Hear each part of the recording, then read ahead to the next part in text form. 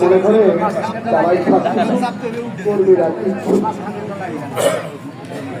যে সমস্ত বিএনপির নেতা কর্মী এই আন্দোলনে জেলে গিয়েছে তাদের স্বীকৃতি এই পর্যন্ত যতগুলো সভা মিটিং কর্মীদের মাঝে বড় হয় নাই। কর্মীদেরকে মূল্যায়ন না করলে কেউ থাকবে না।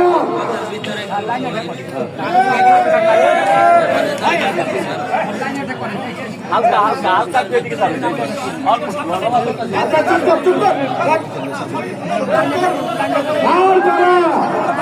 আর যারা আমি কি বক্তব্য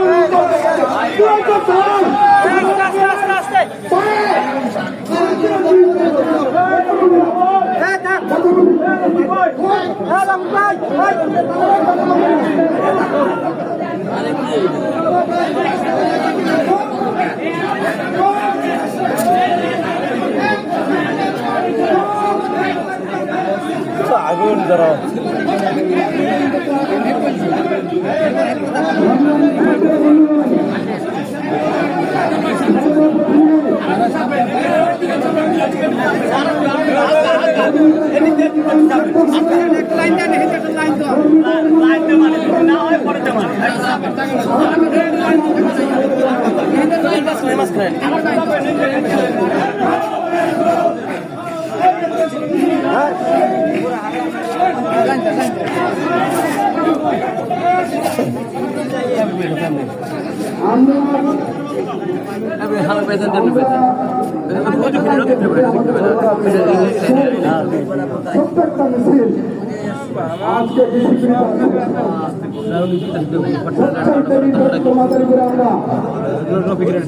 মাদারীপুরে বিএনপির বহু বড় বড় নেতা আছে, সবাই ঘোরাঘুরি করেছে, কম বেশি কাউকে ধরে নাই। আমাকে আমার বাসা থেকে টিভির ভুল টিম আছে, আমাকে গ্রেপ্তার করা হয়েছে। আজ পর্যন্ত আজকে কয়েকদিন মিটিং চলতেছে, যারা যারা জেলে গিয়েছে কারো স্বীকৃতি দল থেকে দেওয়া হয় নাই। কেন দেওয়া হয় নাই সেটা আমি এখন এই আহ্বায়ক এবং সদস্য সচিব আছে, তারা কর্মীদের মাঝে সেগুলো জবাব দিবে। গতকালকে মন্ত্রীর বাসার সামনে মাইক বাজিয়েছে, তারা খিচুড়ি খাবে, আমরা ওখানে যাই নাই। শুধুমাত্র ৭৫ মতো খবর গিয়েছে যে শান্তি ধারণা আসতেছে, মাইক বন্ধ করো তাড়াতাড়ি। সাথে সাথে তারা মাইক কাউরে এখানে পাওয়া যায় না। চোরাচুরি করলে চোর সবসময় দুর্বল থাকে। আওয়ামী লীগ সারা বাংলাদেশে ১৬ বছর চুরি করেছে, সেই কারণে তাদের ভয় আছে। আমাদের ভিতরে কেন ভয় থাকবে? আর্মিদের কাছ থেকে তারাও বলেছে যে সম্ভবত মাদারীপুরে আমাদের টি-20 ম্যাচ খেলতে হবে। সেই ম্যাচ খেলার জন্য মাঠ প্রস্তুত করার দায়িত্ব ছিল আমাদের। আমরা মাঠ প্রস্তুত করি নাই। আমরা তাদের চাইতে বেশি আতঙ্কিত গ্রস্ত এখানে বসা বসা চিল্লাচিল্লি করি কেন? আমাদের কি জনসংখ্যা কম আছে? আমরা শহরে একটা মিছিল দিয়ে আমরা মাঠ গরম করে বসতাম। আমাদের মধ্যে শুধু ছোট্ট মাত্র একটা মাত্র মিছিল এখানে আছে, তাদের খিচুড়ি মিচুড়ি সব শেষ হয়ে গেছে। কোথাও খিচুড়ি নাই, খিচুড়ি আছে কোথায়? আমি এইমাত্র ঘুরে আসলাম কুলপট্টি বাজারে, সেইখানে তারা খিচুড়ি খাচ্ছে।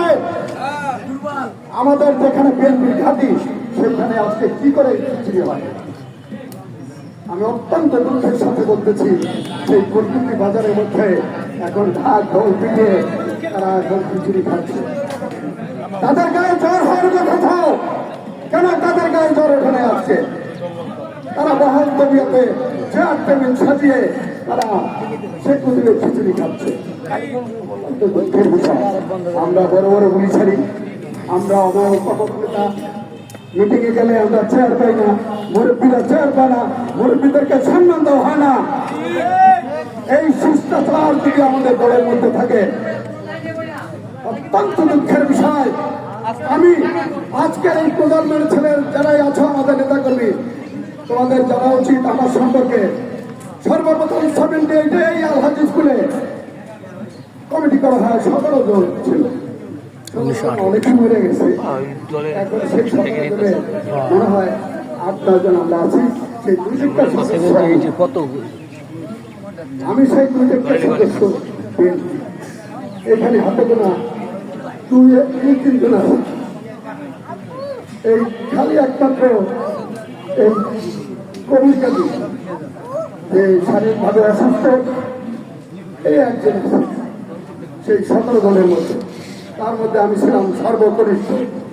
আজকে আমাদের দেখলে, আমাদের কর্মীরা ছোট ছোট ছেলে পেলে আমাদের দেখলে আমার চেয়ার দেয় না, আজকে বসে থাকে অন্য হয়ে যান জাতীয় নেতা। দলের মধ্যে যদি শিষ্টাচার না থাকে, এই দলের ভর্তি এবং এই দল আগামীতে করা বড় কঠিন হয়ে কিন্তু মুরব্বীদেরকে আমরা সম্মান দিতে জানি না। আমি আমার ছোট ভাই ব্রাদার যারা এখানে আছে তাদের কাছে উদাত্ত আহ্বান, আজকে আমি এলান করে বলে দিলাম, মুরব্বীদেরকে তোমরা সম্মান করতে শিখবা, আগামী দিনে তোমরা সম্মান পাবা। তোমরা সম্মান দেবে না, আগামী দিনে তোমাদের ছোট ভাইরা এই দলের আমরা হয়তো যে কোনো সময় মারা যেতে পারি, কিন্তু তোমরাও আগামী দিনে সম্মান পাবে না। তোমাদেরকে ওই আরেক নম্বর সিরিয়ালে ফেলায় ওই বাচ্চারা চেয়ারে বসে থাকবে, তার মানে এটা একটা চরম বেয়াদবি। এই বেয়াদবি তোমরা আগামীতে করবে না। দলের শিষ্টাচার বড় মতো কাজ তোমরা করবা। সর্বশেষে সমস্ত কর্মী ভাইদেরকে আমার সংগ্রামী অভিনন্দন এবং সংগ্রামী সালাম দিয়ে আমার বক্তব্য শেষ করছি। খোদা হাফেজ, বাংলাদেশ জিন্দাবাদ।